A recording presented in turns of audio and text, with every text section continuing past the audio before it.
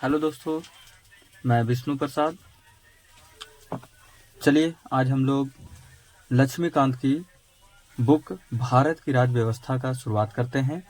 आइए, सबसे पहले हम लोग इस बुक के जो कंटेंट हैं, ठीक है, विषयवार जिसे हम लोग बोलते हैं, इस बुक्स में हमें पढ़ना क्या क्या है, इसके बारे में हम लोग जानकारियाँ कुछ हासिल करने जा रहे हैं। तो आइए देखते हैं।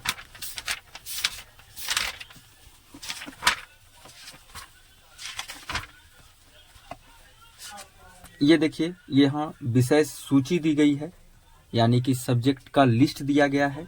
इस किताब में क्या क्या हमें पढ़ना है, इसके बारे में हमें जानकारी आज हासिल करेंगे। इसके बाद हम लोग एक एक करके एक एक भाग पाठ उसके अंदर की सारे अध्याय के बारे में जानकारियां हासिल हम लोग करेंगे। तो देखिए दोस्तों, पार्ट 1 में यहाँ जो भाग 1 लिखा गया है, जिसे हम लोग पार्ट 1 भी इंग्लिश में बोलते हैं, यहाँ हमें बात की गई है संवैधानिक ढांचा के ऊपर, यानी कि कॉन्स्टिट्यूशनल फ्रेमवर्क।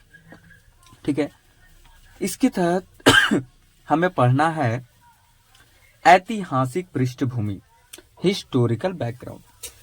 हम सभी लोग अच्छे प्रकार से यह जानते हैं कि इस संसार में किसी भी चीज के बारे में अगर हमें जानकारी हासिल करना हो तो उसके बैकग्राउंड के बारे में, ऐतिहासिक पृष्ठभूमि के बारे में अवश्य जानकारी हासिल करनी चाहिए। तो सबसे पहला जो यहाँ बात किया गया है कि जो कॉन्स्टिट्यूशनल को फ्रेम किया गया है, या जो संविधान है इसको तैयार किया गया है, इसको किस प्रकार से तैयार किया गया है, क्या आवश्यकता पड़ी इसे तैयार करने की, किन किन चीजों की जरूरतें थी, ये सारी चीजें इस बुक ने बहुत ही स्पष्ट रूप से और बहुत ही सरल शब्दों में रखा है। इस हिस्टोरिकल बैकग्राउंड में हम लोग जानेंगे कंपनी का शासन। कंपनी का शासन तो आपको पता ही है, कंपनी किसकी बात करेगी, यह बात करेगी ब्रिटिशर्स के बारे में। ठीक है, जिन्होंने हमारे भारत देश के ऊपर शासन करा। वहां से इस किताब ने शुरुआत की है, बिल्कुल बेसिक से, बिल्कुल जमीनी स्तर से। आप इसे शांति ढंग से सुने। आपकी जितनी भी क्वेरी हैं, आपकी जितनी भी जिज्ञासाएं हैं, वो सारी जिज्ञासाओं का यह किताब जो है जवाब दे देगा। आप गौर से हमारी बातों को सुने। देखिए, यहाँ जो कंपनी का शासन है वह शुरू हुआ है 1773 से 1858 तक। ठीक है, तो हम लोग 1773 से 1858 तक के बीच का इतिहास को जानेंगे। उसके बाद जानेंगे ताज का शासन। ताज का यानी कि क्राउन का रूल, ब्रिटिश क्राउन का रूल 1858 से 1947 तक। इन सारी बातों को समझेंगे। इसके बाद, इसके उपरांत हम लोग चले आएंगे संविधान का निर्माण के ऊपर, यानी कि मेकिंग ऑफ द कॉन्स्टिट्यूशन। ठीक है, संविधान के निर्माण में हम लोग जानेंगे किन किन चीजों के बारे में। तो यहां हमें जानकारी हासिल होगी संविधान सभा की मांग। किसके बारे में जानकारी हासिल होगी? संविधान सभा की मांग। ठीक है, इसके बाद हम लोग जानेंगे संविधान सभा का गठन। ठीक है, फिर जानेंगे संविधान सभा की कार्य प्रणाली, यानी यह जो हमारा चौथा जो हम लोग का सेक्शन है वह है संविधान सभा की समितियां। क्या है? संविधान सभा की समितियां। इसके बाद हम लोग जानकारी हासिल करेंगे संविधान का प्रभाव में आना, यानी कि संविधान अस्तित्व में कब आया, प्रभाव कब हुआ, एक्टिव कब हुआ, इसके बारे में जानेंगे। संविधान का प्रवर्तन जानेंगे। कांग्रेस की विशेषज्ञ समिति के बारे में जानकारी हासिल करेंगे। संविधान सभा की आलोचना के बारे में भी जानकारी हासिल करेंगे। आवश्यक जो तथ्य हैं उसके बारे में जानकारी हासिल करेंगे। संविधान का हिंदी पाठ क्या है,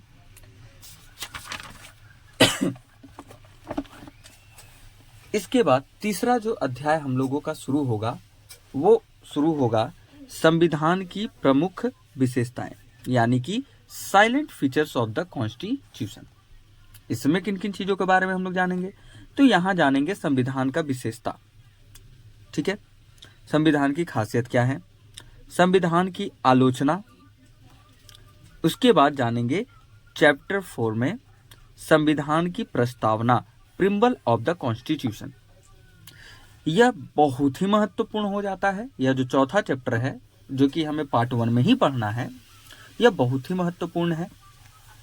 इसमें हम लोग जानेंगे संविधान के प्रस्तावना की विषय वस्तु, फिर जानेंगे प्रस्तावना के तत्व, कौन कौन से इसके एलिमेंट हैं, प्रस्तावना में मुख्य शब्द कौन कौन से हैं, प्रस्तावना का महत्व क्या है, संविधान के एक भाग के रूप में प्रस्तावना, प्रस्तावना में संशोधन की संभावना। इसके बाद चौथे चैप्टर के बाद हम लोग आएंगे संघ एवं इसका क्षेत्र, यानी कि यूनियन एंड इट्स टेरिटरी।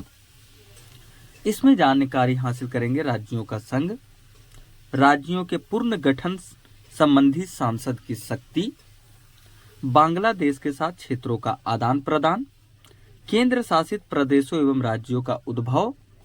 फिर जानकारी हासिल करेंगे नागरिकता यानी कि सिटीजनशिप के बारे में, अर्थ एवं महत्व को जानेंगे, संवैधानिक उपबंध जानेंगे, उपबंध यानी कि नियम कानून, नागरिकता अधिनियम 1955 के बारे में जानकारी हासिल करेंगे, नागरिकता की समाप्ति के बारे में जानेंगे, एकल नागरिकता सिंगल सिटीजनशिप के बारे में जानेंगे, विदेशी भारतीय नागरिकता के बारे में जानेंगे। फिर जो सबसे महत्वपूर्ण हर एक व्यक्ति के लिए, भारत के सभी व्यक्तियों के लिए जो महत्वपूर्ण जो तत्व है, ये सारी जानकारी हासिल करने के बाद हम आएंगे मूल अधिकार यानी कि फंडामेंटल राइट्स। कौन कौन से हमारे अधिकार हैं, भारत में जब हम लोग निवास कर रहे हैं तो हमें कौन कौन से अधिकारों के बारे में जानकारी हासिल रखनी चाहिए, हमारे क्या अधिकार हैं, कौन अधिकार नहीं है, इसके बारे में हमें जानकारी हासिल होंगे मूल अधिकार से। इसमें हम लोग पढ़ेंगे मूल अधिकारों की विशेषताएं, फिर राज्य की परिभाषा जानेंगे कि स्टेट का क्या परिभाषा होता है, फिर जानेंगे मूल अधिकारों से असंगत विधियां, समानता का अधिकार जानेंगे, फिर जानेंगे स्वतंत्रता का अधिकार, इसके उपरांत शोषण के विरुद्ध अधिकार, धर्म की स्वतंत्रता के अधिकार, संस्कृति और शिक्षा संबंधी अधिकार।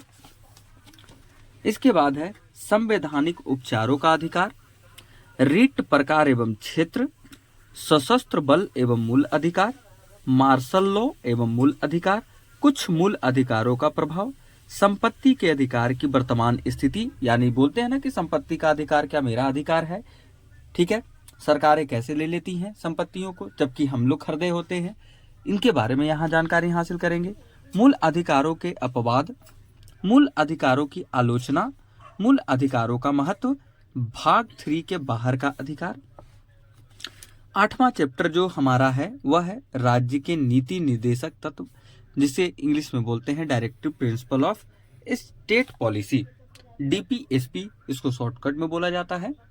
इसमें पढ़ेंगे निदेशक तत्वों की विशेषताएं, निदेशक तत्वों का वर्गीकरण, क्लासिफिकेशन ऑफ नए निदेशक तत्व, निदेशक सिद्धांतों के पीछे आगे देखते हैं निदेशक तत्वों की आलोचना, निदेशक तत्वों की उपयोगिता, मूल अधिकारों एवं निदेशक तत्वों में टकराव, निदेशक तत्वों का क्रियान्वयन, भाग 4 से बाहर के निर्देश। फिर जानेंगे चैप्टर 9 में मूल कर्तव्य यानी फंडामेंटल ड्यूटीज, स्वर्ण सिंह समिति की सिफारिशें पढ़ेंगे हम लोग यहाँ, मूल कर्तव्यों की सूची को जानेंगे, मूल कर्तव्यों की विशेषताएं जानेंगे, मूल कर्तव्यों की आलोचना, मूल कर्तव्यों का महत्व जानेंगे, वर्मा समिति की टिप्पणियां। चैप्टर 10 में जानेंगे संविधान संशोधन, अमेंडमेंट ऑफ द कॉन्स्टिट्यूशन, संशोधन प्रक्रिया, संशोधनों के प्रकार, संशोधन प्रक्रिया की आलोचना। और अंत में पार्ट 1 का जो अंतिम जो चैप्टर होगा उसका नाम है संविधान की मूल संरचना, basic structure of the constitution. मूल संरचना का प्रादुर्भाव जानेंगे, मूल संरचना के तत्व को जानेंगे। और इस प्रकार से हम लोग पहले पार्ट 1 को कंप्लीट करेंगे, उसके बाद हम लोग पार्ट 2 को कंप्लीट करेंगे। तो हम इस बार पार्ट 1 की शुरुआत करेंगे। तो अगले संडे को हम लोग जो शुरुआत करने जा रहे हैं भाइयों, वह जो है हमारा भाग 1 की शुरुआत होगी, जिसका नाम है संवैधानिक ढांचा, कॉन्स्टिट्यूशनल फ्रेमवर्क। इसके सबसे पहले ऐतिहासिक पृष्ठभूमि को हम लोग पढ़ेंगे। जब इसे हम लोग बिल्कुल बारीकी से समझ लेंगे, इन सारे जितने भी, जैसे में ऐतिहासिक पृष्ठभूमि यानी कि historical background, making of the constitution, संविधान का निर्माण, उसके बाद संविधान की प्रमुख विशेषताएं, सैलेंट फीचर्स ऑफ द कॉन्स्टिट्यूशन, संविधान की प्रस्तावना, प्रिम्बल ऑफ द कॉन्स्टिट्यूशन, संघ एवं इसका क्षेत्र, यूनियन एंड इट्स टेरिटरी, नागरिकता, सिटीजनशिप, मूल अधिकार, फंडामेंटल राइट्स, राज्य के नीति निदेशक तत्व, डीपीएसपी, मूल्य कर्तव्य, फंडामेंटल ड्यूटीज, संविधान संशोधन, अमेंडमेंट ऑफ द कॉन्स्टिट्यूशन, और लास्ट में पार्ट 1 का जो चैप्टर है उसका नाम है संविधान की मूल संरचनाएं, basic structure of the constitution. उसके बाद हम लोग पार्ट 2 में जानेंगे। तो दोस्तों, मेरे साथ विष्णु प्रसाद यूट्यूबर के साथ बने रहें, विष्णु प्रसाद 09 चैनल के साथ। इसी प्रकार की वीडियो को आगे देखने के लिए आपका एक लाइक मुझे प्रेरित करता है नए वीडियो